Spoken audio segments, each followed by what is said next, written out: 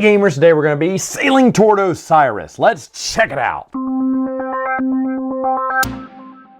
Setup for the game is simple. First player will get this icon here. They'll get all of their pieces here. They'll start with 2 of each resource. They'll have their own set of boon cards indicated by their color on the symbol there. Everyone has the same boon cards. And they also have their player shield, which tells you what you're going to start off with, your 5 boon cards. Oh, and look at this. You also get 1 city card, so grab a city card from the deck. Also, your score tracker will be here. First player pass tokens will be here. And the Emperor's or Pharaoh's ship will start in the first river section. It'll go 4 rounds going to each section. Now, once you're all set up to play, the turn is very easy. Depending on the number of players in the game, is how many of the people you're going to draw out of a bag. You're drawing laborers out of a bag here. As you can see, for 2 players, we're all drawing 3, but for 4 players, we're all drawing 2, and how many go in the labor pool? In this case, 5. Where's the labor pool? The labor pool is right up here. So what I would do, and what every player would do, is they get into the bag, secretly grab 2, look at that, put it behind their player shield, and then we would deal out 5 here on the board, like so. First player will also get to look into the bag to see what workers are left. They're not going to take any. It just gives them a little bit of information of what workers are available to everyone that round. Now, just to kind of tell you what these workers do, depending on their color, they can go to the field, the quarry, or the clay field to make brick. This is how you get stone, brick, and food. Now, if they have a little dressing up on them, because all 3 characters do, these are called leaders, basically, chieftains, and they can do something special, which I'll showcase in just a moment. So on your turn, you're going to do just a few little things here. The first thing you're probably going to do is collect resources. Now, you can only collect resources around the area where the Pharaoh's boat is. So for instance, this clay guy, he could go here and get 2 bricks, or he could straddle both fields and get, blocking it for other players and get 4 brick. Same thing with this quarry guy, same thing with this guy here and go to the wheat field. But since he's a master, he can go beyond the Pharaoh's boat and go anywhere and get wheat that way. Another thing you can do is you can pay for a laborer. What you do, it requires 2 of any resource. So you would take 2 resource from your pile, take 1, and then take any one you may want. Like, oh, I'd like to get some brick, and then keep him behind your player shield. Maybe play him the next round for some brick. Real quick, I should also mention these icons here on the board are only when you're playing with 3 or 4 players. It just blocks out certain sections to make the game a little bit tighter for those less players. Now, another thing you can do is you can always place a worker here and do an exchange here. You can get wheat for any of these resources, or those resources wheat for any of these resources. Another thing you can do is you can take your camel and any person you have and place on any one of these 2 caravans. You place on the top caravan with your camel. Now your camel is very important here because you're going to grab those resources, and if anyone plays on the second area, they would get all these resources, but they would give 1 to you. Now, of course, if you play there, you would just get those resources as well. But the caravans are open every round, and it's first come, first serve. But that's the only time you play your camel. You wouldn't play your camel if you were second on that one. Another thing workers can do is they can go to the city. They have city tiles throughout the game here. So if I was to play, let's say I was here, and I played on the city tile, what I do is I grab 2 of these city cards and choose 1 of them.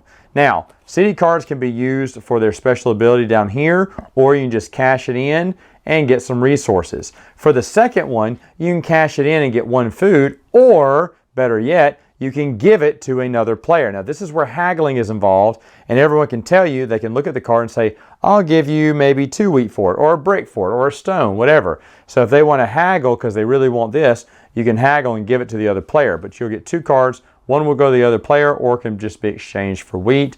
The other one is kept in your hand. Either you can cash immediately for the resources, or cash in for the special ability in the game. And that's cities. Of course, the next thing you can do, and what you're going to be doing a lot of, is building. You can build your little monuments over here, your sphinxes here, and your big gate period places there. Any one of these would cost any number of a combination of these resources. Once you have paid whatever that combo is, you'll place your monument there. That means no one may pay those type resources right now as long as your monument's there. Now on a subsequent turn, on the next turn, you may want to go ahead and place this one out in the area. And if you place it in an area, you can't place it in an area where there are workers, so you can't go there, and vice versa. A worker cannot go to a place that has a monument on it anymore. Now, if you place it anywhere on the board, you would get the base victory points, 2, 4, and 7. However, if you placed it where the pharaoh was, you would get a bonus victory point. So you're going to be, because you're showing this off for the pharaoh here, so you're trying to put all your little buildings over here just to gain that extra point there. Quick correction, it's 2 victory points extra for these two and 1 victory point extra for the monuments. Anyway, the first person during the game to run out of any of these buildings will also get bonus victory points, but you need to talk about it immediately so you can claim that before anyone else does. And at the end of the game here, for every 3 or 4 that you have together on the same side, you can get some extra victory points. So for instance, if I had this set up here, oh, that's 3, and can I count one twice? Can I count this thing? No, that would be 4, and that would just be a lone one there. Or if it was just this, can I count the 3 and the 4? No, you can only count it once, and of course you'd count the longest one, consecutive one that you had put together.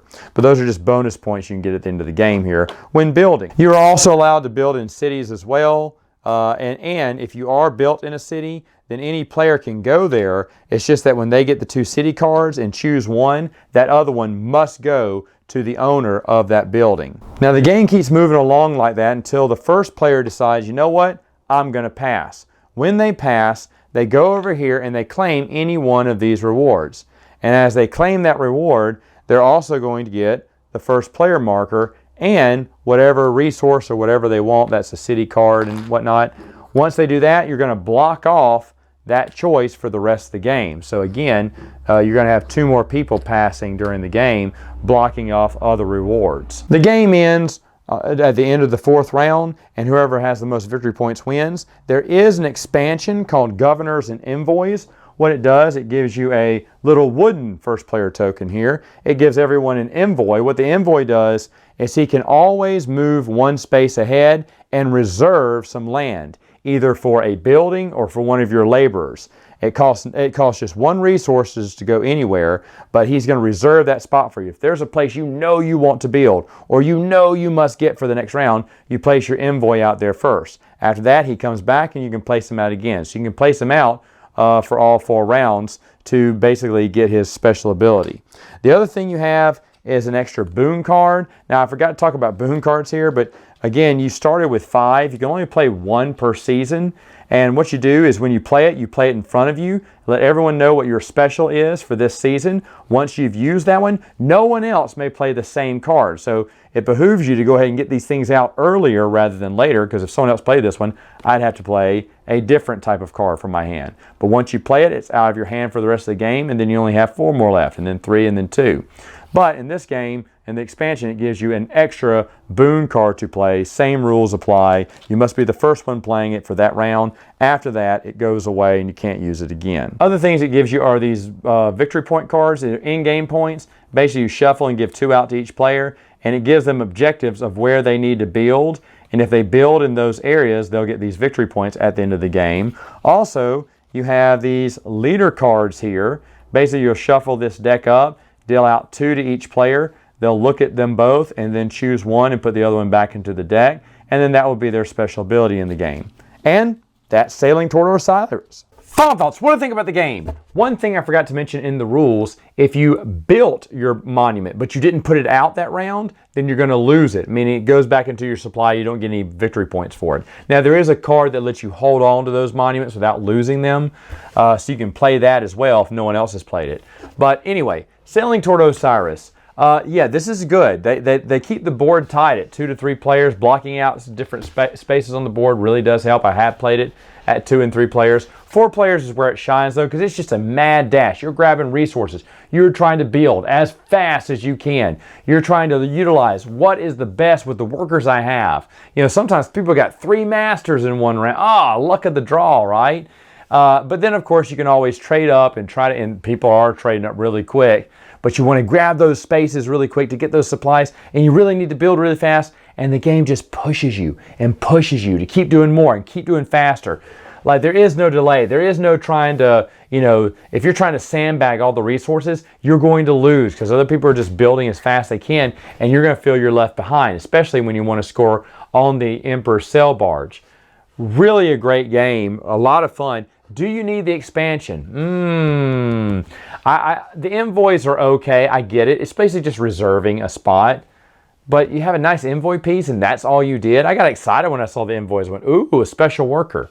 Not really. All they do is reserve things. Of course, you have that special ability card that everyone loves. And the in-game goals, which, I'll be honest, they're very hard. You think they'd be easy, but they're not. I was able to complete both of mine in a 4-player game, but I was hustling for it. Everyone else just kind of discarded them because they just weren't worth it. So the expansion, you can take it or leave it.